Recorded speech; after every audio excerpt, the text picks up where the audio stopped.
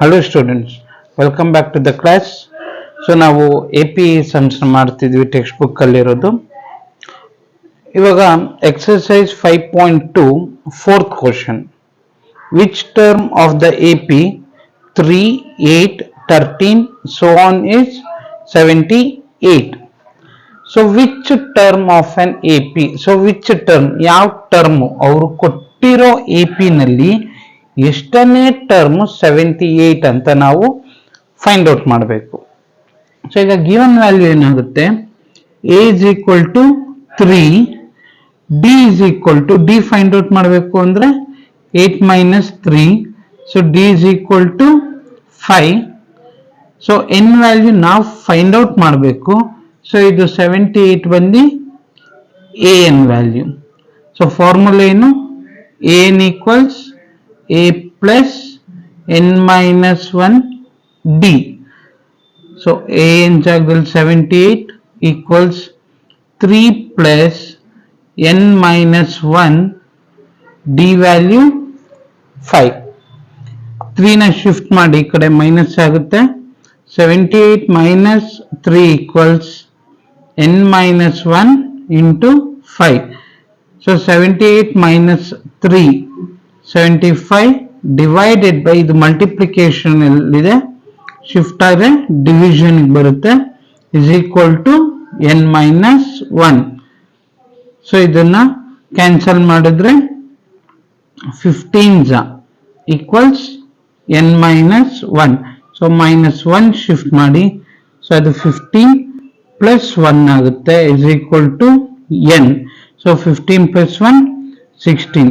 So value of n is 16. So ಇದೇ AP ನಲ್ಲಿ 16th term ಏನಾಗಿರುತ್ತೆ, 78 ಆಗಿರುತ್ತೆ.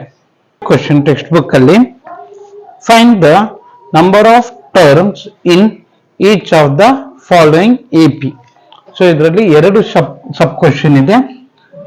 ಸೊ ಫಸ್ಟ್ ಒಂದು, ಸೊ ಗಿವನ್ ಡೇಟಾ AP ಏನಿದೆ 7, 13, 19 so on to 0, 5.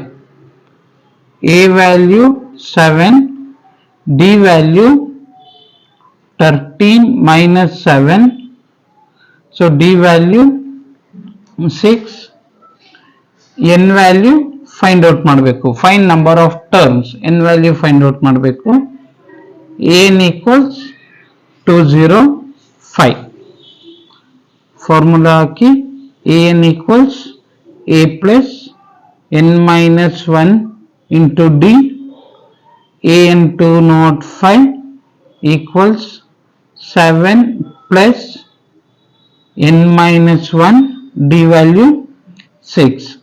ಸೊ ಈ ಕಡೆಗೆ ಶಿಫ್ಟ್ ಆದರೆ 7, 205 minus 7 equals n minus 1 into 6.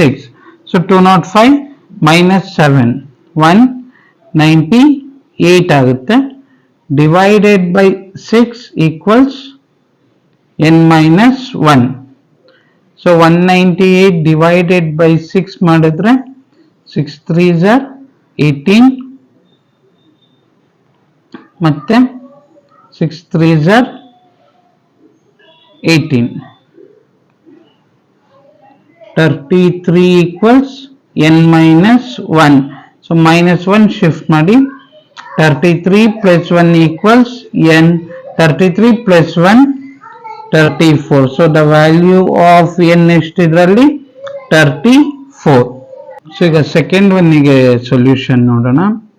So ಈಗ ಇಲ್ಲಿ ಸೆಕೆಂಡ್ ಒನ್ ಅಲ್ಲಿ ಗಿವನ್ ಡೇಟಾ ಬರ್ಕೊಳ್ಳಿ. a is equal to 18, d is equal to 15 1/2 minus 18. So ಈಗ 15 1/2 ಇದನ್ನ ಇಂಪ್ರಾಪರ್ ಫ್ರಾಕ್ಷನ್ ಗೆ ಕನ್ವರ್ಟ್ ಮಾಡ್ಕೊಬೇಕು.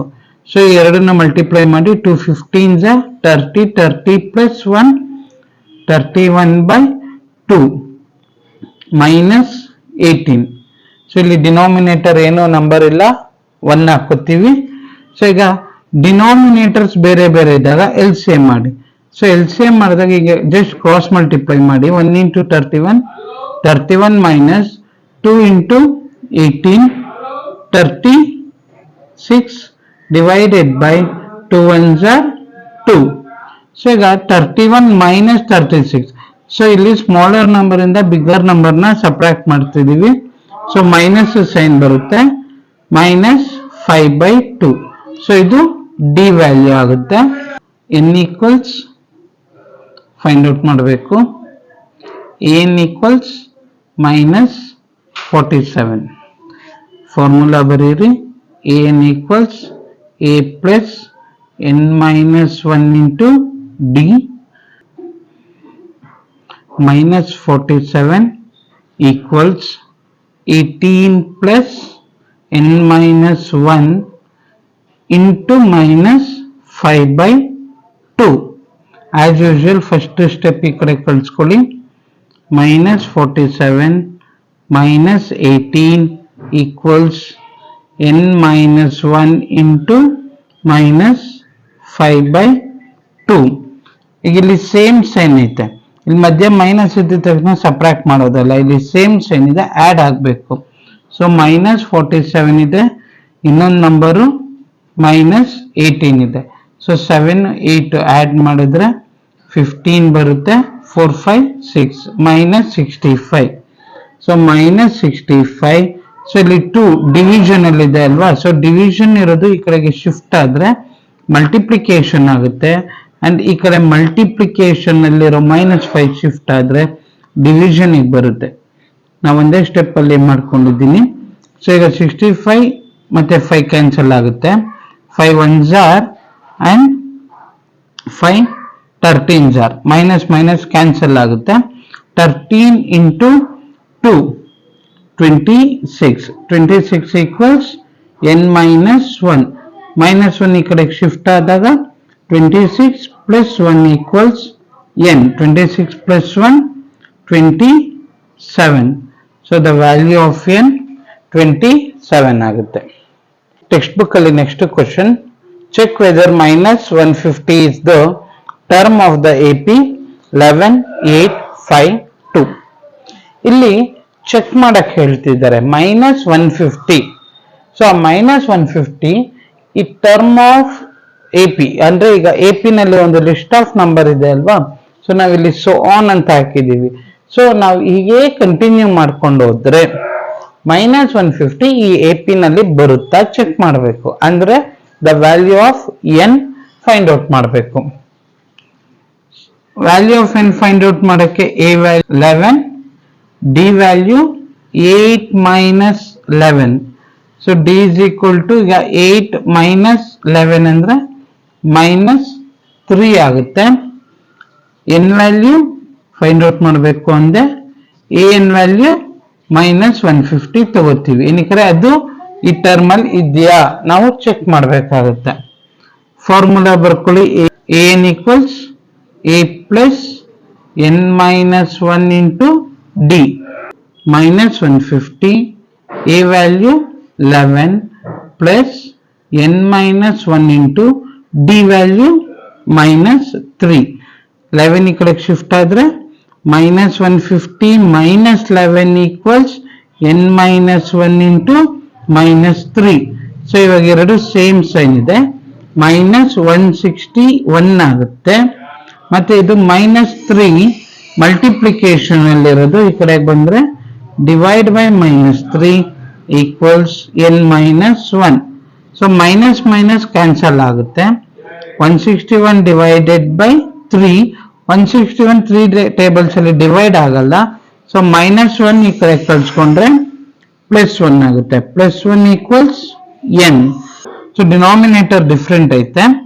ಸೊ ಎಲ್ಸಿಎಂ ತಗೊಂಡ್ರೆ 161 plus 3 divided by 3 equals n.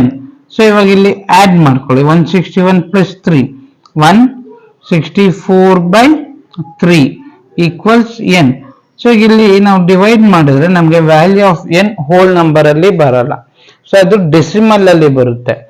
So ಅದರ ಅರ್ಥ -150 ಬಂದು ಈ ಟರ್ಮ್ ಆಫ್ AP ನಲ್ಲಿ ಇಲ್ಲ ಅಂತ. ನಮ್ಗೆ ಎಕ್ಸಾಕ್ಟ್ ಹೋಲ್ ನಂಬರ್ ಬಂದ್ರೆ, for example 10th term, 12th term, 15th term, so ಈ ತರ ಎಕ್ಸಾಕ್ಟ್ ಹೋಲ್ ನಂಬರ್ಸ್ ಅಲ್ಲಿ ಬಂದ್ರೆ ಸೊ ನಾವು ಹೇಳ್ಬೋದು ಇದು ಇಷ್ಟನೇ ಟರ್ಮ್ ಅಲ್ಲಿ ಇದೆ ಅಂತ. ಸೊ ಇಲ್ಲಿ ಡೆಸಿಮಲ್ ಅಲ್ಲಿ ಬರೋದ್ರಿಂದ ಅದು ಈ AP ನಲ್ಲಿ ಇಲ್ಲ ಅಂತ. Therefore, -150 is not a term of given AP.